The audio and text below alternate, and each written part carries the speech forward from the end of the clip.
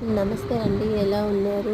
నేను ఇవాళ పూరీ కూర కోసం కట్ చేసి పెట్టుకున్న పచ్చిమిర్చి, బంగాళదుంప, క్యారెట్, టమాటో, అల్లం, కరివేపాకు, ఆనియన్స్ ఇలా ట్రై చేస్తే పూరీ కూర చాలా టేస్టీగా వస్తుంది. మీరు కూడా ట్రై చేయండి. ప్యాన్లో ఆయిల్ తీసుకొని ఆయిల్ హీట్ అయిన తర్వాత తిరుగుమాత గింజలు వేసుకొని టమాటో ముక్కల్ని వేసుకోవాలి. కొంచెం మగ్గిన తర్వాత క్యారెట్, బంగాళదుంపల ముక్కల్ని వేసుకొని కొంచెం ఫ్రై చేసుకోవాలి. ఫ్రై అయిన తర్వాత కర్రీ లీవ్స్ కూడా వేసుకోవాలి. అవి కూడా 2-3 మినిట్స్ తర్వాత ఆనియన్స్ని తీసుకోవాలి. ఆనియన్స్ని బాగా ఫ్రై చేసుకోవాలి.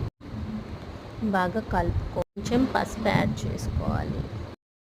టేస్ట్కి సరిపడా సాల్ట్ని కూడా యాడ్ చేసుకోవాలి.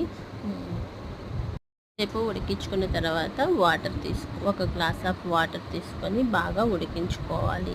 ఈలోగా ఒక బౌల్లో 2 స్పూన్ల శనగపిండిని తీసుకొని ఉండలు లేకుండా బాగా కలుపుకోవాలి. శనగపిండి వాటర్ని కూరలో యాడ్ చేసుకోవాలి. యాడ్ చేసుకున్న తర్వాత ఒక 4 మినిట్స్ అలా కుక్ చేసుకోవాలి.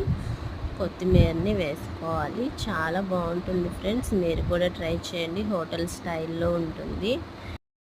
Thank you. Subscribe to my channel. కూడా ట్రై చేసి కమెంట్ చేయండి ఫ్రెండ్స్. ఇలా సర్వ్ చేసుకోవాలి. బాయ్. చాలా బాగుంటుంది.